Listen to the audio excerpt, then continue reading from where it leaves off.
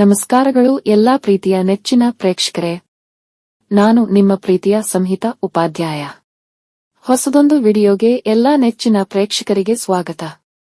ಪ್ರಿಯ ಗೆಳೆಯರೇ, ಗೃಹಲಕ್ಷ್ಮಿ ಯೋಜನೆಗೆ ಸಂಬಂಧಿಸಿದಂತೆ ಇದೀಗ ಸೆಪ್ಟೆಂಬರ್ ತಿಂಗಳು ಮುಗಿಯಲು ಇನ್ನೇನು 3 ದಿನಗಳು ಬಾಕಿ ಇದೆ ಅಷ್ಟೇ.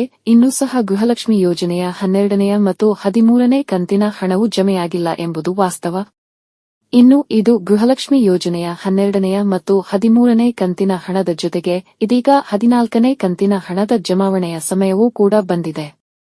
ಈ ಹಿಂದೆ ಮಾನ್ಯ ಸಚಿವೆಯು ಗೃಹಲಕ್ಷ್ಮಿ ಯೋಜನೆಯ 12ನೇ ಮತ್ತು 13ನೇ ಕಂತಿನ ಹಣವನ್ನು ಒಟ್ಟಿಗೆ ಒಟ್ಟು ಮೊತ್ತ 4,000 ರೂಪಾಯಿಗಳನ್ನು ಗೃಹಲಕ್ಷ್ಮಿಯರ ಖಾತೆಗಳಿಗೆ ಜಮೆ ಮಾಡಲಾಗುವುದು ಎಂದು ಹೇಳಿದ್ದರು.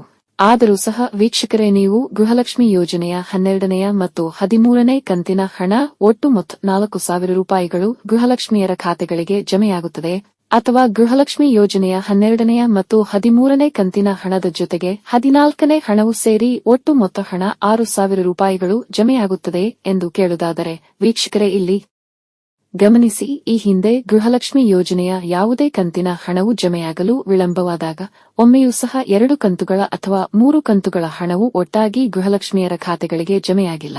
ಆದುದರಿಂದ ನಮ್ಮ ವೀಕ್ಷಕರಿಗೆ ನಾವು ಹೇಳುವುದು, ಗೃಹಲಕ್ಷ್ಮಿ ಯೋಜನೆಯ 12ನೇ ಮತ್ತು 13ನೇ ಮತ್ತು 14ನೇ ಈ 3 ಕಂತಿನ ಹಣವು ಒಟ್ಟಾಗಿ ಗೃಹಲಕ್ಷ್ಮಿಯರ ಖಾತೆಗಳಿಗೆ ಜಮೆಯಾಗುವ ಸಾಧ್ಯತೆ ಕಡಿಮೆ.